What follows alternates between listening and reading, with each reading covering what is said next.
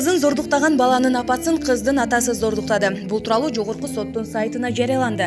Белгилүү болгондой, окуя 2020 жылдын 2-апрелине караган түнү таңкы саат 4:00 чамасында Каракол шаарындагы үйлөрдүн биринде болгон. Анда кыздын атасы 1963 жылы туулган баланын апасын жалгыз жаткандыгынан пайдаланып, үйүнүн зал бөлмөсүндөгү айлегине тосулган темир торун бузуп кирип, бөлмөнүн чырагын атайын өчүрүп, "Сенин балаң менин кызымды зордуктап коюптур. Ошол себептен мен сенден өч аламын" деген шылтоо сөздөрдү айтып, "Кыйкырсаң ичиңе бычак сайып жиберем" деп коркутуп, күч колдонуп зордуктап окуя болгон жерден изин жашырып качып кеткен.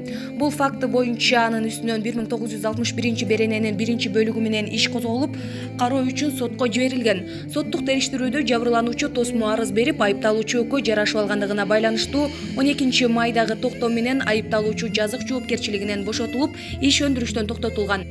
Бирок жабырлануучу кайра апелляциялык даттануу мөөнөтүн калыбына келтирип берүү жөнүндөгү өтүнүчү менен кайрылып, иш козголгон адам жөнүндө Каракөл шаардык сотунун 12 майда кабыл алынган токтомуна апелляциялык тартипте даттануу мөөнөтүн калыбына келтирип берүүнү суранган.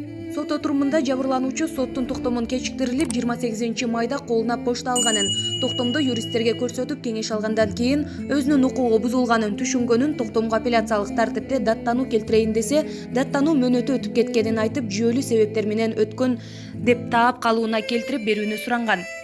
Сот келтирилген өтүнүч боюнча жабырлануучунун пикирин угуп, иштин ичиндеги топтолгон материалдарды изилдеп, сот анын өтүнүчүн канааттандырган. Булак аргумент KG.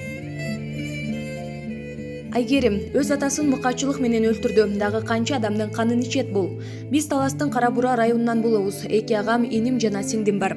Бала кезим бактылуу жетишкен жашоодо өттү. Атам устачылык менен алектенчү. Тынч жашообузга бүлүк салган адам атамдын 1 никесинен төрөлгөн өзү улу. Апама чейин атам ошол эле айылдан аял алып ажырашкан экен. Ал аялы менен ажырашып атканда ортодогу уулу 6 жашта экен. Атам баланы мен алып калып тарбиялайм десе, аялы улбай алып кетип, төркүнүнө таштап өзү шаарга кетип калыптыр. Ошентип ата бала бир айылда, бирок бири-бирине жат болуп жашап калышат.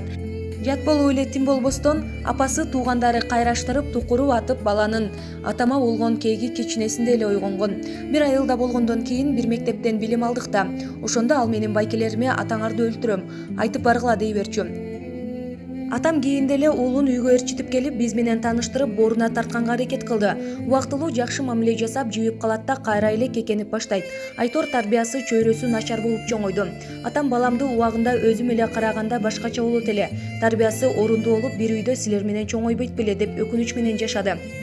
Достору менен келип, агамдын 14 жерине бычак сайып кетишкен. Кийин биз эс алып атканда шаарга көчүп келдик. Тиричилигибиз жакшы эле болчу. Баласы келип, "Мага эмне кылып койдуң эле" деп уруш чыгара бергенден, апам экөө кеңешип, өзүбүз жашап аткан үйдү сатып, жарым акчасына жер тилке алып, 2 кабаттуу үй салып берди. Ал үйдү атам пайдубалынан баштап шыбагына чейин өзү бүтүрдү. Ошол кезде атам чака менен ылай ташып жүргөндө, баласы салынып аткан үйдүн ичинде уктап жаткан күндөрү болгон. Үй бүткөндөн кийин деле ыраазы болбой, атама "Сага баары бир ичим жылыбайт" деген экен. Ичи жылыбаса деле өз оокатын кылып алса жакшы эмеспи? Байма-бай атама чалып алып, сөккө жете турган уу сөздөрдү агытып, моралдык жактан кысымга алып турчу. "Түбүңө жетем" деген сөздү көп айтчу эле. Атам ага деле карабай, үйгө чакырып, "Уулум, бир туугандардын улуусу сенсиң. Биздин көзүбүз өтсө, баш көз болуп, ордубузду басасың" деп жакшы мамилесинен жазган жок. Көп өтпөй үй бүлөбүздү кырсык басты. 2016 жылы өзүмдүн улуу агамды алдап кафеге чакырыптыр. Достору менен барган экен. Тамактанып бүтүшкөндөн кийин ээн жерге алып барып, баарылап байкемдин 14 жерине бычак сайышыптыр. Өлтүрмөк окшойт. Бир аял көрүп калып, кыйкырса качып жоголгон экен. Ал аял тез жардам чакырып, агамды оор абалда ооруканага алып келишкен. Жүрөк тушуна шилтенген бычактан коргоном деп колу менен калкана берип, сол жак капталынан тамтык жок. 2 бөйрөгүнө, табарсыгына бычак сайышкан. Бул кырсык баарыбыздын эсибизди оодарып кетти. 2-3 жолу узакка дарыланып атып, байкем жакшы болду. Теги кишинин үстүнөн арыз жазып каматканбыз. Бирок атам "Жаман болсо да бир тууганыңар. Ал камалып кеткенде 5 баласын ким багат" дегеннен сөзүн жерге таштабай, байкем тосмо арыз жазып берген болчу. Ошол окуядан кийин тынч жашатпасын билип, атам байкелеримди Москвага иштегени кетирди. Экөө соода кылып, атам мал-малы менен алардын жанына барып жашап турчу. Ал учурда бизге тийишпегени менен ар кайсы номерден атамдын өзүнө чалып, тынчын алып берчү экен. Атамды да дал байкемди бычактагандай кылыптыр. 2019-жылдын 21 декабрь күнү атам сиңдим менен үйдө болчу. Мен апам иштеген тыгы цехке барып кол кабыш кылайын деп кеткем. Түшкү саат 2-лерде атамдын телефонунан бир киши кимиси болосуңар деп чалды. Кыз экенимди айтсам ооруканага келгиле деди. Жаман оюмда атамды уна коюп кетип кырсыктанганбы деп ойлодум. Апам экөөбүз айткан дарекке жетип барсак өлүк гана экен. Атамдын өлгөнү бир тең, анын кандай шартта каза тапканы бир тең болду биз үчүн. Соттук медициналык экспертизага бердик. Дал байкемди бычактагандай кылыптыр. Эки бөйрөгүнө, жүрөк тушуна, табарсыгына сайып, акырында муздап салган экен. Милиция атамдын сөөгүн шаардын көчөлөрүнүн биринен таптыр. Сөөгү табылган жерге барсак, көл чыккан болуп калыптыр. Тегерек чети таза. Муну ал жалгыз кыла алмак эмес. Дайыма өзүнө окшогон балдар менен топтошуп жүрчү. Ошолор менен биргеликте жасаганынан шегим жок. Москвадан байкелерим келип, атамдын сөөгүн айылга алып кеттик. Жерге берип, кыркылагына чейин айылда болдук. Андан кийин деле 2 айга чейин өзүбүзгө келе албай жүрдүк. Атам дайыма кыжалат болуп эле жүрчү. Атам сыртка чыгып, караңгыга калса, достору менен жолугуп, кармалып калса, улам-улам чалып көчөдөн карап турчу. Телефонуңду өчүрбө деп тынымсыз айта берер эле. Көрсө жүрөгү жамандыкты сезчү экен. Атам казалоордун алдында чоң атам менен чоң энеме түшүнө кирген экен. Аян берген тура деп азырда көз жашы курабай ыйлап отурат. Ошондо Москвага кетирип жибергенде тирүү калат беле. Кете бериңизчи деп сурансак, былтыр жаңы жылды улдарым менен тоском. Быйыл силер менен тосуп туруп кетейин деген болчу.